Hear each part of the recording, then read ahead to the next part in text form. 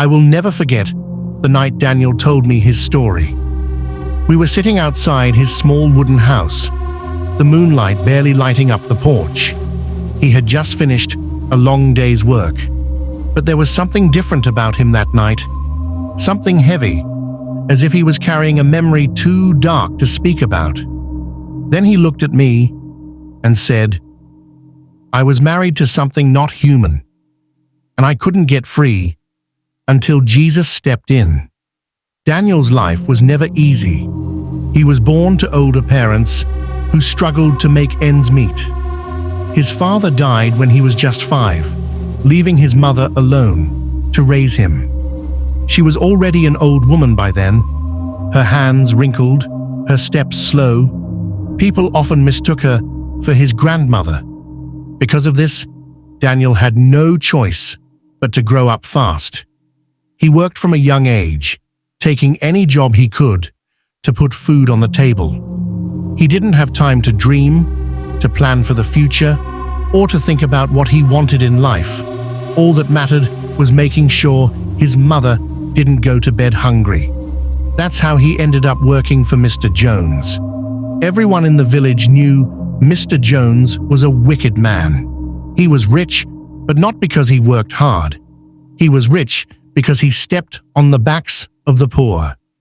He ran a tree-cutting business and didn't care how much damage he caused.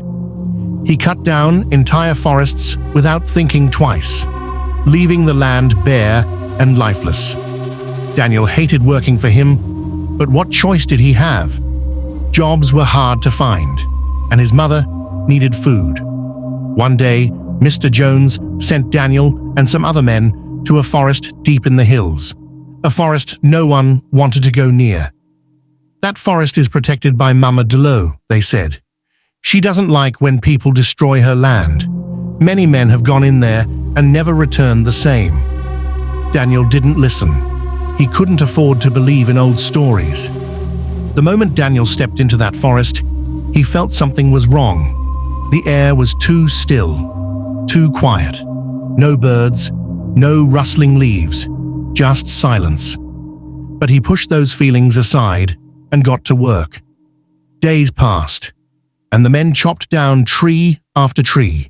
But at night, Daniel started noticing strange things. The wind whispered his name. Shadows moved even when nothing was there. And deep in the river that ran through the forest, he swore he saw a woman watching him. Then, one night, everything changed. Daniel was walking home late when he saw her. She stood by the river, her long hair dripping wet, her skin glowing under the moonlight. She was the most beautiful woman he had ever seen, but something about her wasn't right. Her eyes, they were too deep, too knowing. She smiled at him. "Daniel," she whispered. His blood turned to ice. Before he could move, she stepped forward, her voice soft like the wind. "You have taken from my home. Now you will be mine." The world spun. The river rushed toward him. Everything went black. When Daniel woke up, he wasn't in the forest anymore. He was in a place he didn't recognize, a place deep underwater, yet he could breathe. The walls shimmered like fish scales, and the air smelled like the ocean. Then he saw her. She wasn't just beautiful now, she was terrifying. Her lower body was no longer human. Instead, a massive serpent's tail curled beneath her, its scales glistening in the dim light. "You are my husband now," she said. Daniel wanted to scream, to run, but he couldn't. His body didn't belong to him anymore. From that night on, his life was not his own. For 2 years, Daniel lived under her shadow. She wasn't always there, but he felt her presence everywhere. Every relationship he tried to have with a woman failed. He couldn't hold on to a job. Money slipped through his fingers like water. His mother got sicker, and no matter how hard he worked, nothing ever got better. It was as if something was pulling him down, deeper and deeper, into an unseen darkness. Then he met Sarah. Sarah was different. She was kind, gentle, and full of faith. She didn't just talk about God, she lived for Him. When Daniel told her his story, he expected her to laugh, or worse, run away. But she didn't. Instead, she said, "This is not of God. We need to pray." For days, Sarah fasted and prayed for him. She asked Jesus to break the hold Muhammad Lo had on his life. But no matter how much she prayed, the darkness didn't lift.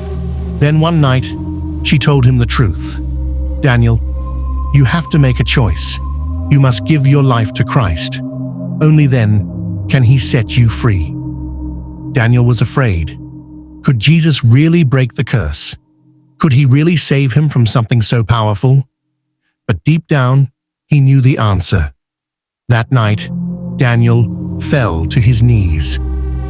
"Lord Jesus," he prayed, "I don't want this life anymore. I give myself to you. Save me." The moment he said those words, he felt it. A weight lifted off his chest. The air around him changed, and in the shadows, he heard a scream, angry, wild, and filled with rage. Then silence. Muhammad Lo was gone. A new life after that, everything changed. Daniel got a good job with a kind boss. His mother's health improved. And when he finally married Sarah, there was no darkness following him anymore, only peace. As he finished telling me his story, the night was quiet, except for the sound of crickets. I stared at him, trying to understand everything I had just heard. "You really believe it was Muhammad Lo?" I asked. Daniel looked me straight in the eye. "I don't just believe," he said. "I know.